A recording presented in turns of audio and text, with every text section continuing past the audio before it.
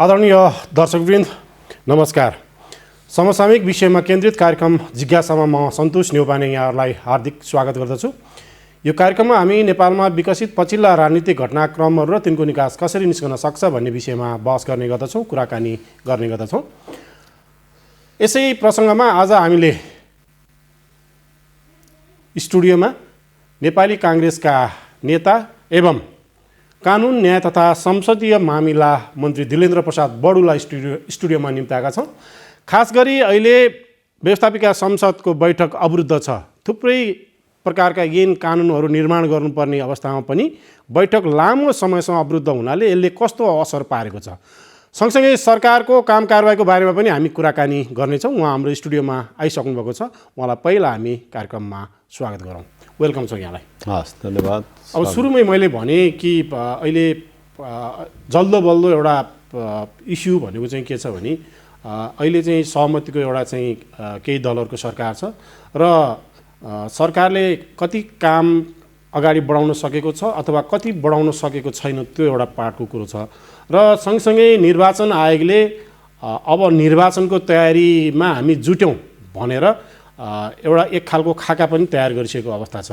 मन्त्रीज्यू, सुरुमा यो निर्वाचनको विषयमै अब अलिकति टपिक्स अगाडि बढाउँदाखेरि हामी सरकारले अब निर्वाचन आयोगले दिएको सेड्युल अनुसार हामी अब निर्वाचनको तयारीमा सरकार लागेको हो? अवश्य पनि हामी केही दिन अगाडि मात्रै निर्वाचन आयोगले स्थानीय चुनावको तयारीका निमित्त आफ्नो कार्यक्रम पेश गरेको छ। उसले सुरक्षाको मामिलामा चाहिने सरकारबाट लिनुपर्ने सहयोगहरू र मतदाता नामावली तयारीमा आफूले गरेको प्रगति र अब आगामी वैशाख 14 गते भित्र गर्न पर्ने हुन्छ। हामीले यसैको केही सेरोफेरोमा रहेर 190 दिन हामीलाई आवश्यक पर्छ तयारी पुरा गर्ने, चुनाव सम्पन्न गर्ने, आचार संहिताको समय दिने, यो सबै आवश्यक कामहरूका निमित्त हामीलाई चाहिन्छ। त्यसकारण यो स्थिति हेर्दाखेरि सम्भावित डेट आउने वैशाखको 14 गते भित्र हुन सक्छ र अब यो त सरकारले तोकिदिनुपर्छ डेट।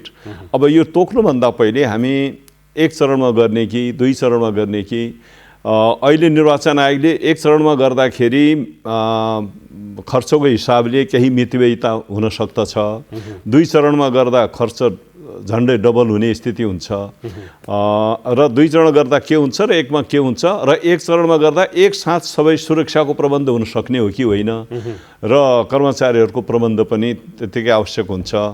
त्यसकारणले यो दुवै एक चरणमा गर्दाको अवस्था र दुई चरण गर्दाको फाइदा बेफाइदा र राज्यले कसरी निर्णय गर्ने हो, क्याबिनेटले गरोस्, हामीलाई बताओस् भनेको छ। अब हामी यो विषय आखिर राज्यमा अहिले सक्रिय सबै दलहरूको बीचको सल्लाह गरेर हामी यसलाई टुङ्ग्याउँछौँ। अहिले तपाईँहरूलाई थाहा छ हाम्रो पार्टीको अधिवेशन सम्पन्न भएको केही दिन मात्रै भएको छ।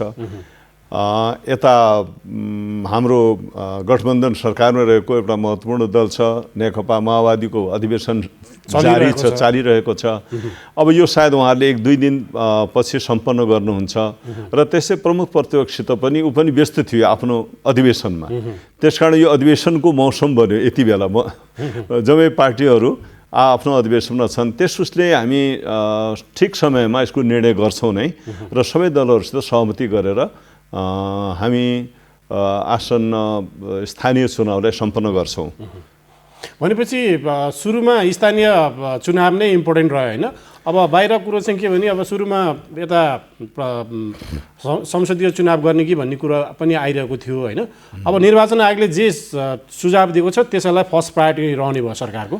अब आवश्यकता के हो त भन्दा यो सरकार निर्माण जुन भएको छ अहिले, यो गठबन्धनको सरकार, यो तपाईँहरूलाई थाहा छ विशेष म्यान्डेटको सरकार हो यो र यो सरकारको सामु पहिलो आवश्यकता भनेको यो संविधानको रक्षा गर्ने हो र पछिल्लो सरकारले केपी ओलीको सरकारले संविधानमा व्यवस्था नभएकनै बिचैमा 5 वर्ष पुरा नगरिकन संसद भङ्ग हुन सक्दैन यस संविधानको विशेष व्यवस्था हो यसपटक। तर यो विशेष व्यवस्थालाई जानी जानी वा नजानेर, मलाई लाग्छ नजान्ने भन्न मिल्दैन, जानी जानी हामी आफैले बनाएको संविधान र आफैले बनाएको संवैधानिक व्यवस्था, विशेष व्यवस्थालाई बिर्सेर बीचमै संसद विघटन गरेका कारणले दोस्रो पटक जब संसद विघटन भयो, अब यो संविधानको व्याख्या अदालतले गरेको छ र यो अदालतले गरेको यो संविधानको व्याख्या अनुसार, यो संविधान अनुसार अहिले यो सरकार बनेको छ। यसको म्यान्डेट नै के हो भने संविधान अनुसार पुरा अवधि पुरा नगरिकन संसद विघटन हुन सक्दैन र संसद 5 वर्ष चलाएपछि मात्रै नयाँ संसदको चुनाव हुन्छ भन्ने पनि व्यवस्था हो। त्यसकारणले हाम्रो प्राथमिकता र अहिलेको संविधानको व्यवस्था नै के हो भने ठिक समयमा, किनकि हाम्रो 1 वर्ष पहिले भएको थियो नि स्थानीय चुनाव, यसको चुनाव ठिक समयमा हामीले सम्पन्न गर्नुपर्छ। अहिले हाम्रो दायित्व त्यो नै हो र त्यसपछि ठिक समय भनेको अब यसपछि 5 वर्ष पुरा हुने बित्तिकै अनि संसदको चुनाव अनि प्रदेशको चुनाव एकसाथ जुन भएको थियो त्यसरी गर्न सकिन्छ। अहिलेको अवस्था त्यो हो, संविधानले दिएको म्यान्डेट त्यो नै हो। त्यसकारण हामी पहिलो स्थानीय चुनाव, त्यसपछि पूर्णकालमा पुरा अवधि समाप्त गरेपछि ठिक समयमा संसद चुनाव गर्छौँ। तर यदि सबै पार्टीहरूको बिचको एउटा सहमति बन्ने स्थिति आयो भने र स्थानीय चुनावहरू अलि पर जान सक्ने स्थिति भयो भने मात्रै, तर स्थानीय चुनाव बिर्सेर हामी संसदीय चुनाव पहिले गरिहालौँ भन्ने सरकारको त्यो धारणा छैन। र अहिलेको संविधानले अहिलेको यो सरकार निर्माणको म्यान्डेट पनि पूर्ण अवधि नै हो र हामी पूर्णकालपछि मात्रै सङ्घीय चुनाव गर्छौँ। यो अहिलेको हो, अब हाम्रो दृष्टिकोण त्यही हो। त्यसकारणले यसमा केही चेन्जको अवस्था हो भने हामी 2 चरणमा गर्ने, 1 चरणमा गर्ने अथवा डेट तोक्ने सम्बन्धमा एउटा छलफल सबै दलहरूसित हुनु जरुरी छ। प्रमुख पक्ष लगायतको सबै दलहरूसित सल्लाह हुन्छ, त्यसपछि के अन्य निर्णय लिउँला। अहिलेको तयारी स्थानीय चुनाव नै हो। मन्त्रीजी, अब सरकारको काम कारबाहीको विषयमा अलिकति कुराकानी गर्ने हो भने प्रमुख प्रतिपक्षी दलले चाहिँ यो सरकारले खासै महत्त्वपूर्ण केही पनि काम गर्न सकेको छैन, यो सुस्त गतिमा मात्रै अगाडि बढिरहेको छ भनेर एक खालको आरोप लगाइरहँदा सरकारको पक्षबाट के भन्नुहुन्छ? हामीले हेर्नु जरुरी के हुन्छ भने यो सरकारको पहिलो म्यान्डेट मैले अघि नै भने र यो सरकार निर्माण गर्दाको न्यूनतम साझा कार्यक्रम हेऱ्यौँ भने पहिलो आवश्यकता नै के हो भने यो संविधानको रक्षा गर्ने हो र मुलुकमा कानुनी शासन स्थापित गर्ने हो र संविधानको सर्वोच्चता स्थापित गर्ने विषय हो। हामी त्यसमा लागिरहेका छौँ र अर्को कुरा, हामीले यो संविधान अन्तर्गत यो संविधानको भावना अनुरूप बनाउनु पर्ने आवश्यक कानुनहरू, सङ्घीय कानुनहरू र कानुन अनुसारको अन्य नियमावलीहरू बनाउने बाटो पनि यसको दायित्वभित्र पर्छ। र सँगसँगै तपाईँहरूले सबैले जानकारी भएकै नै विषय हो के भने हाम्रो विस्तृत शान्ति सम्झौता भएको 15 वर्ष पुगिसकेको छ र यसले पूर्णता पाउन सकिरहेको छैन। अहिलेको सरकारको प्राथमिकताभित्र यो पनि पर्छ। प्राथमिकताभित्र पर्ने अर्को एजेन्डा के थियो भने सरकारको सामान्य अब सत्य निरूपणता मेलमिलाप आयोग र बेपत्ता छानबिन आयोग हामीले बनाइसकेका छौँ। उनीहरूलाई काम गर्ने वातावरण बनाउनु जरुरी छ, उनीहरूलाई कानुन बनाउनु पर्ने छ। हामी सबै दलहरूसित सल्लाह गरेर विस्तृत शान्ति सम्झौताको मर्मअनुसार विस्तृत शान्ति सम्झौतालाई तार्किक निष्कर्षमा पुर्याउनका लागि फेरि सबै दलहरूको बिचको एउटा सहमति गरेर कानुनलाई पूर्णता दिनु छ। जुन भिक्टिमहरू छन्, पीडित पक्ष जुन छ, त्यसलाई सन्तुष्ट गर्न जरुरी छ र पीडित पक्ष र पीडक पक्षको बिचको फर्गेट एन्ड फर्गिभको कुरा भयो। एक समय थियो, द्वन्द्व भयो। अब हामीले यसलाई कसबाट को पीडित रह्यो यसको सत्य कुराको निरूपण गरौँ र पीडित पक्षलाई भोलि केही राहत र केही परिपूरण, भोलि दिनुपर्ने सुविधा सहित दिएर उसलाई पनि सन्तुष्ट गरेर एउटा नयाँ मेलमिलापको वातावरण बनाउने भनेको सत्य निरूपण तथा मेलमिलाप आयोगको उद्देश्य हो। यसका निमित्त आवश्यक कानुन हामी निर्माण गरिरहेका छौँ र छलफल हाम्रो केही निर्णायक मोडमा छ। भिक्टिम पक्षको सन्तुष्टिलाई ध्यानमा राखेर अन्तर्राष्ट्रिय मानवाधिकारको अवस्था, सरकार हाम्रो सर्वोच्च अदालतले गरेका निर्णयहरू समेतलाई ध्यानमा राखेर कानुनलाई अन्तिम टुङ्गोमा पुर्याउने काम गरिरहेका छौँ। त्यसपछि यो दुवै कामहरू पनि पुरा हुन्छ। एउटा यो काम हो भने अन्य विकास निर्माणका कामहरू, कानुन बनाउने कामहरू हामी लागिरहेका छौँ र यति बेला संसद सुचारू हुन सकिरहेको छैन। तपाईँहरूलाई थाहा छ संसदको फेरि आउँला मन्त्रीज्यू, हामी त्यही त्यसकारणले हामी कानुन निर्माण गर्ने थलो भनेकै संसद हो। त्यसकारणले संसदमा जरुरी कानुनहरू अहिले दर्ता भएको अवस्था छ।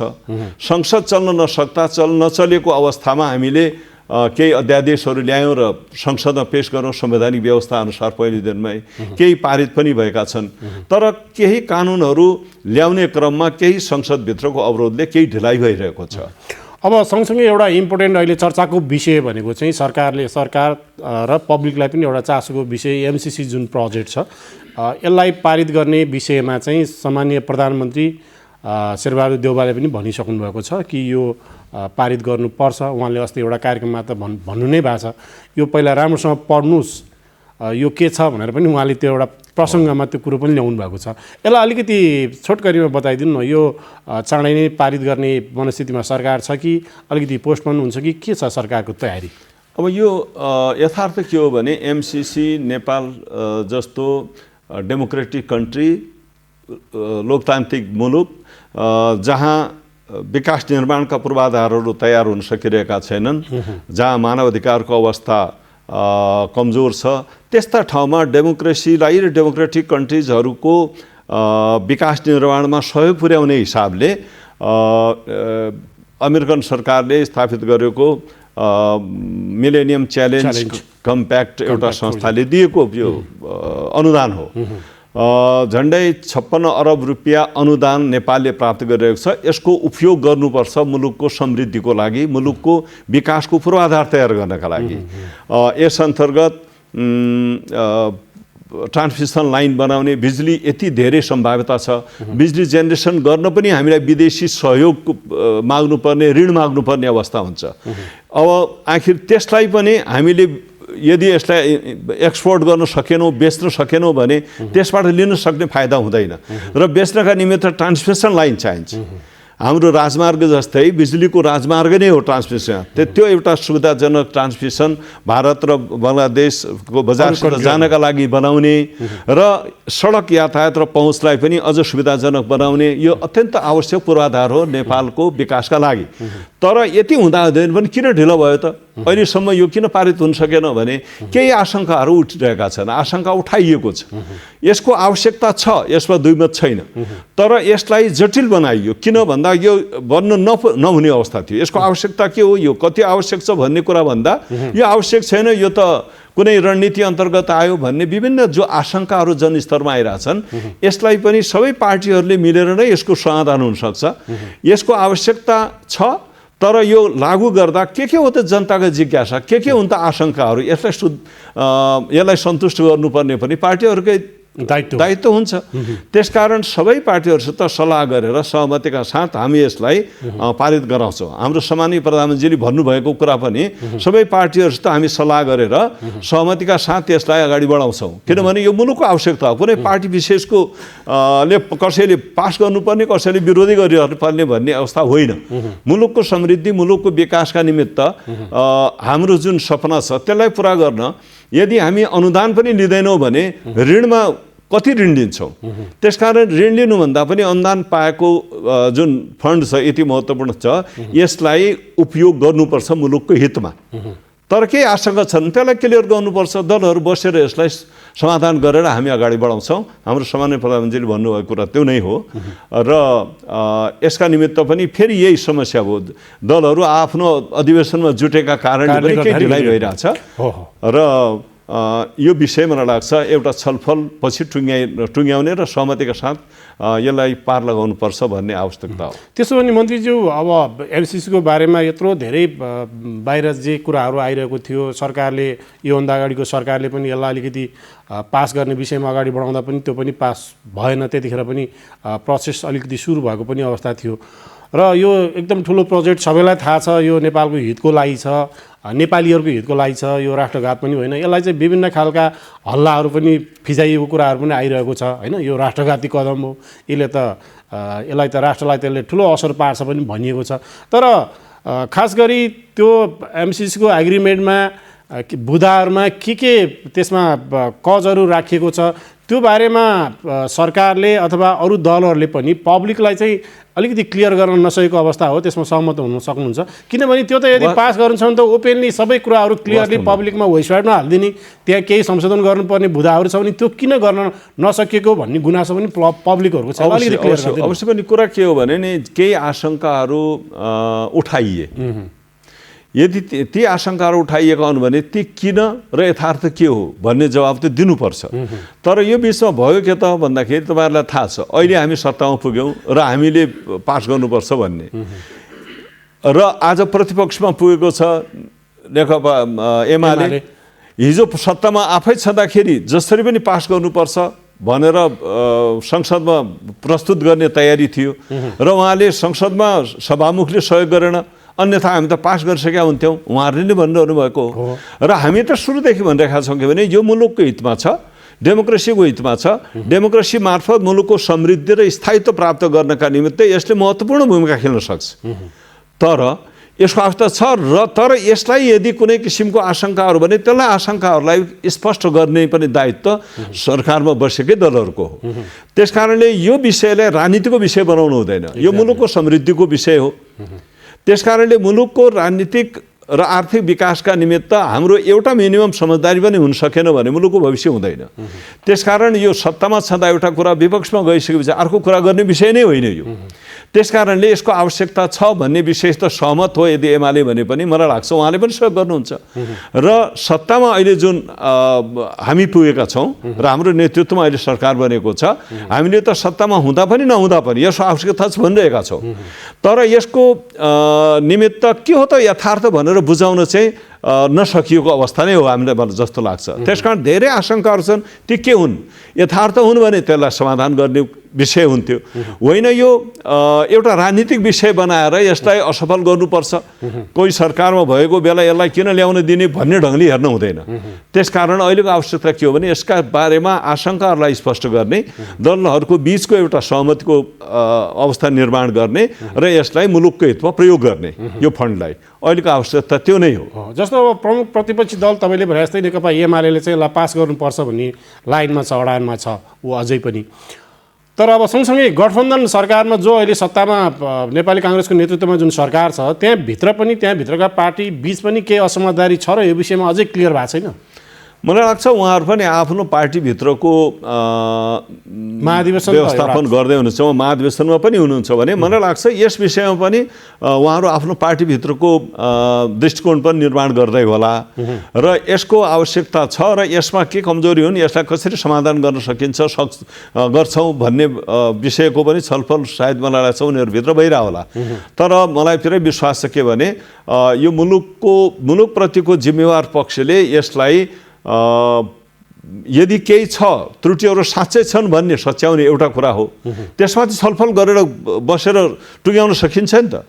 तर यसलाई कुनै आग्रह वा प्रभाव राखेर कुनै मुलुक विशेषले दिएको किन भन्ने विषय होइन।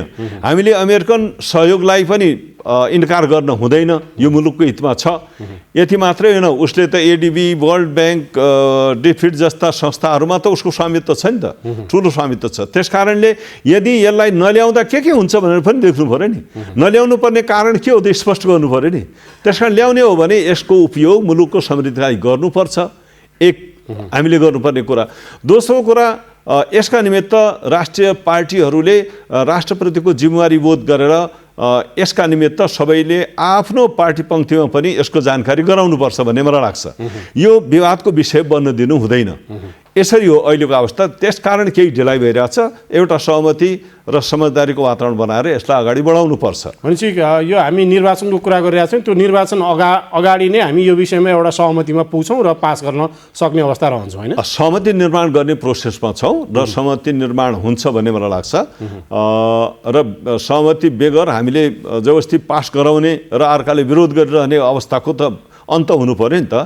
त्यो अवस्था निर्माण गर्ने प्रयत्नमा अहिले सरकार छ। अब अलिकति तपाईँले सम्हाल्नु भएको मन्त्रालय अन्तर्गतकै विषयमा हामी अलिकति कुराकानी गरौँ कि धेरै समयदेखि व्यवस्थापिका संसदको बैठक अवरुद्ध छ। प्रमुख प्रतिपक्षी दलले जुन माग राखेको थियो त्यसमा हामी अडेगी छौँ, हामी खोल्न दिँदैनौँ भनेर एकातिर भनिरहेको अवस्था एकातिर छ।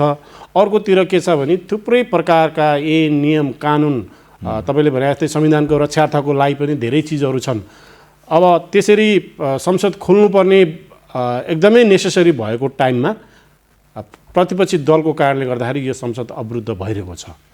अब यसलाई संसद खोलाउने विषयमा सरकारले राम्रो गृह कार्य गर्न नसकेको हो कि गर्दा गर्दै पनि प्रमुख प्रतिपक्षी दलले चाहिँ व्यवस्था गरे हो कि यसलाई अलिकति क्लियर गरिदिनु न। किन अब यो सधैँ लिङ्गरिङ धेरै समयसम्म भइसक्यो। यो त कस्तो लाजमर्दो भयो भने संसदीय हिसाबमा चाहिँ यो संसदीय एउटा पद्धति छ नि, यो पद्धतिकै खिलाफमा गए जस्तो देखियो कि यति लामो समयसम्म। यसलाई अलिकति क्लियर गरिदिनु न। हो, अवश्य भने यो अहिलेको अवस्था वास्तवमा प्रमुख प्रतिपक्षले संसदीय व्यवस्था संसदका प्रतिको जवाबदेहितालाई महसुस गर्न नसकेको अवस्था हो। हामीले यसो भन्नुपर्ने हुन्छ। र एउटा आशंका के हुन थाल्यो भने मैले विघटन गरिसकेका संसदमा कुनै हालत चल्न दिँदैन भने जस्तो अदालतले यति ठुलो समय लगाएर यत्रो बहस गराएर यो संविधानको व्याख्या भयो र यो सरकार बन्यो। उहाँलाई यो संसद र यो संसदीय जुन पद्धति छ त्यसमाथि नै प्रश्न उठ्ने गरी लगातारको अवरोध जुन भइरहेको छ यसले एउटा गतिरोध संसदभित्र छ। अहिलेको अवस्था त्यो हो। त्यसकारण पनि हामी के चाहिरहेछौँ भने प्रतिपक्ष त हाम्रो भनाइ पनि के हो भने तपाईहरुले आफ्ना विषय उठाउने कुरा उठाइयो, पर्याप्त ध्यानाकर्षण भएको छ र मेन विषय उहाँहरूले उठाइरहनु भएको के छ भने जुन अदालतले गरेको निर्णय हो दुईटा पार्टीहरू अलग भए। सामान्यत अदालतले सर्वोच्चले गरेको निर्णयपछि दुईटा पार्टीहरू छुटिए। दुईटा पार्टीहरू मात्र छुटिएनन्, त्यो भित्र एउटा अर्को विभाजन पनि भयो नेकपा एमाले भित्र। र उहाँले विभाजनको बेला आफूले गरेको जुन अनुशासन कारवाही थियो पार्टी छोड्नेवालाहरूलाई तिनीहरूलाई यहाँ राख्दासम्म हामी मान्दैनौँ, उहाँहरूको अस्तित्वलाई हामी स्वीकार गर्दैनौँ भन्ने विषय आइरहेछ। संविधान सम्मत ढङ्गले कानुन सम्मत ढङ्गले नै पार्टीको विभाजन भएको छ। यो कसैको रहरले भएको पनि होइन, एउटा बाध्यतामा पुगेर कानुन सम्मत ढङ्गले एकसाथ बस्न नसक्दा राजनीतिक दल सम्बन्धी विभाजन जुन ऐन थियो त्यसअनुसार भएको छ। त्यसकारण यसलाई उहाँले स्वीकार्नुपर्छ। यसका विरुद्धमा उहाँहरू अदालतमा पनि पुग्नु भएको छ। अदालतमा विचाराधीन छ जुन विषय, त्यो विषयलाई उठाएर अहिले हाम्रो संसदको नियमावली अनुसार स्पष्ट व्यवस्था के छ भने अदालतमा विचाराधीन रहेको कुनै पनि विषय संसदको छलफलमा ल्याउन मिल्दैन, संसदको बहस हुन सक्दैन। यत्रो हुँदाहुँदै पनि सामान्य सभामुखले पटक यो विषयलाई ध्यानाकर्षण गराइरहनु भएको छ। तर पनि उहाँले यो विषयलाई उठाएर सधैँ संसद चल्न नदिनु भनेको यो जिम्मेवारीको विषय हुँदैन।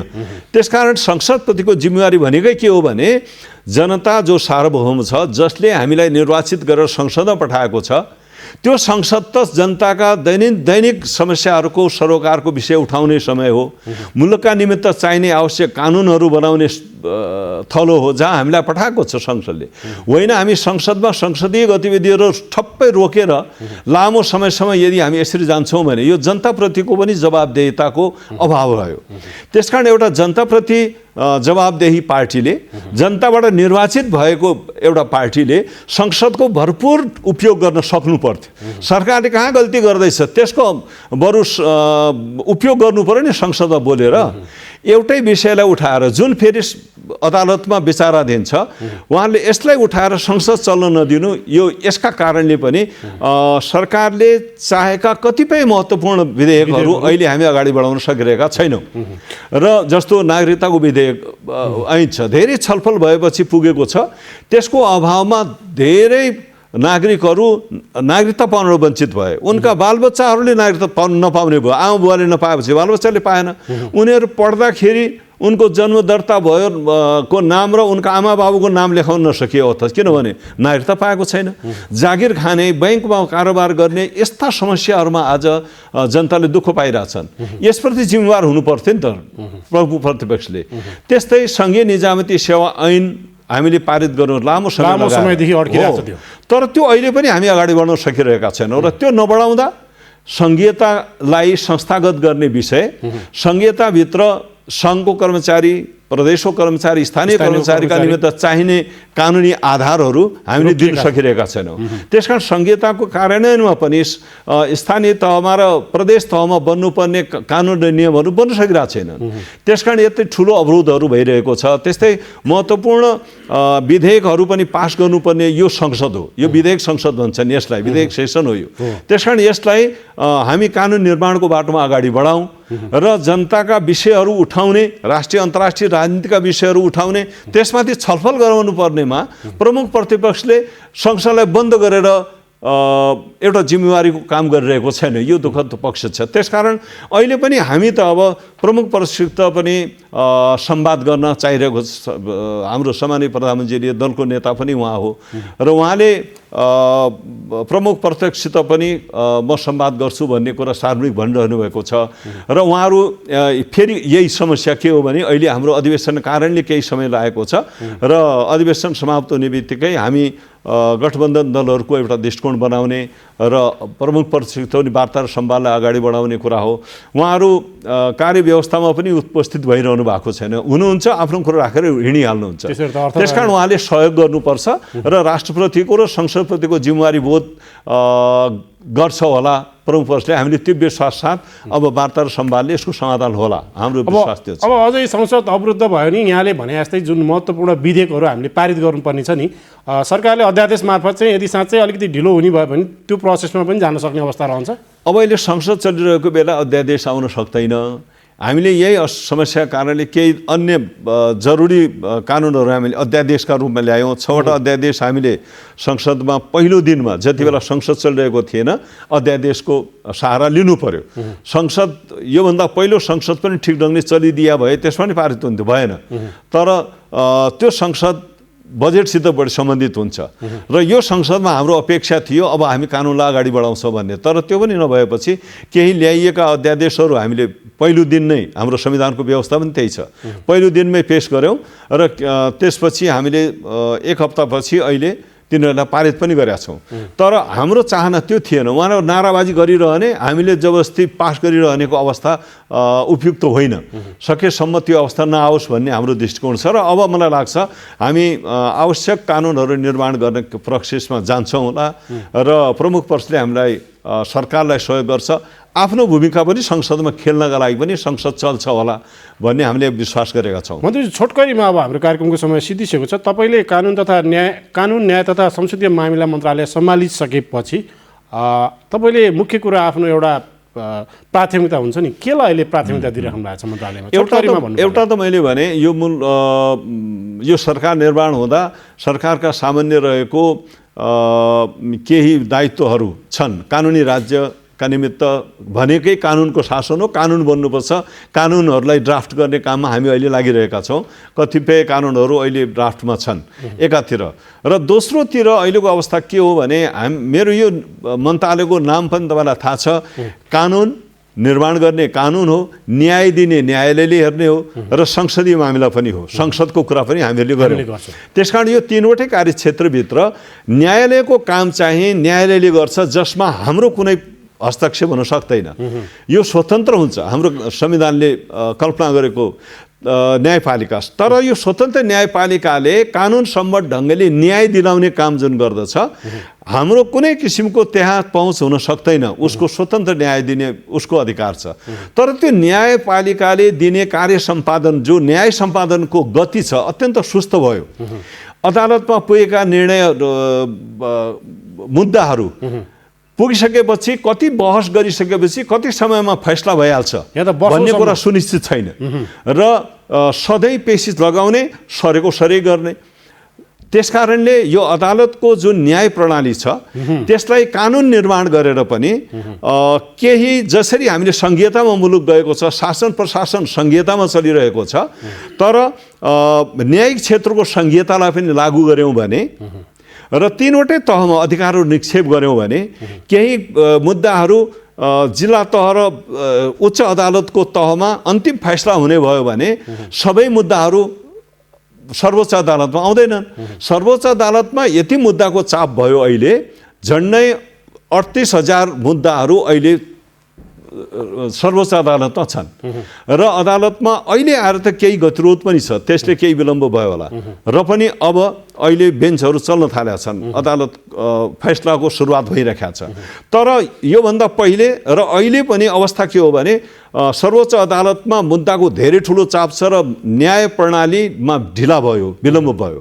हाम्रो संविधानले कल्पना गरेको न्याय प्रणाली के हो भन्दाखेरि सबैका निमित्त सर्वसुलभ न्याय होस्, मितव्ययी न्याय होस्, छिटो छरितो न्याय होस्, हामीले त भन्यौँ, तर छिटो छरितो हुन सकिरहेको छैन। र यदि यो सङ्घीय प्रणालीमा गयो भने केही अधिकारहरू हामीले तल्लो तहका अदालतहरूलाई दियौँ भने धेरै छिटो गति आउन सक्छ र न्याय प्रणालीमा तीव्रता आउँछ। प्राथमिकता अहिले त्यसमा रहेको छ। अवश्य पनि न्याय प्रणालीलाई, न्याय सम्पादन प्रक्रियालाई छिटो गर्ने र केही अधिकारहरू तल्लो तहका अदालतहरूलाई निक्षेप गर्यौँ भने सबै तहमा मुद्दाको चाप कम हुन्छ र जनताले, सेवाग्राहीले छिटो छरितो न्याय पाउँछन्। यो अहिलेको आवश्यकता भइसक्यो। धेरैले पुस्तैनी मुद्दा खेल्ने अवस्था भइरहेको छ, त्यसो हुनु हुँदैन। यो खास गरी तपाईँले मन्त्रालय सम्हालेपछि यो कुरा आयो अहिले अवश्य पनि मैले पहिलो मैले एउटै कुरा विशेष रूपले मेरो जिज्ञासा राखेँ।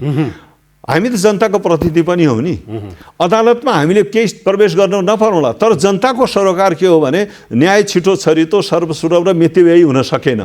न्याय खेल्दा खेल्दै वर्षौँ बित्ने भयो, न्याय धेरै वर्ष। यस, त्यस कारणले अब तपाईँ जति ढिला गर्नुहुन्छ न्याय त्यति अन्याय हुन्छ। न्याय ढिला पाउनु भने पनि अन्याय हो।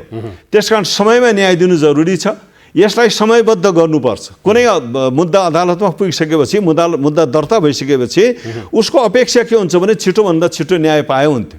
तर 6 महिनामा पाइने हो कि 1 वर्षमा पाइने हो कि 2 वर्ष लाग्ने हो बढीमा, यहाँ त 10 वर्ष 15 वर्षमा पनि न्याय नपाउने अवस्थाको अन्त हुनु जरुरी छ। यो आवश्यकता छ। मैले यसलाई कानुन निर्माण गर्ने हो भने यसको निमित्त छलफल गरौँ, कानुन आवश्यक कानुन निर्माण गरौँ र मुद्दाको छिटो फैसला हुने अवस्था सिर्जना गरौँ र सेवाग्राहीले, जनताले, पीडित पक्षले छिटो न्याय पाओस्।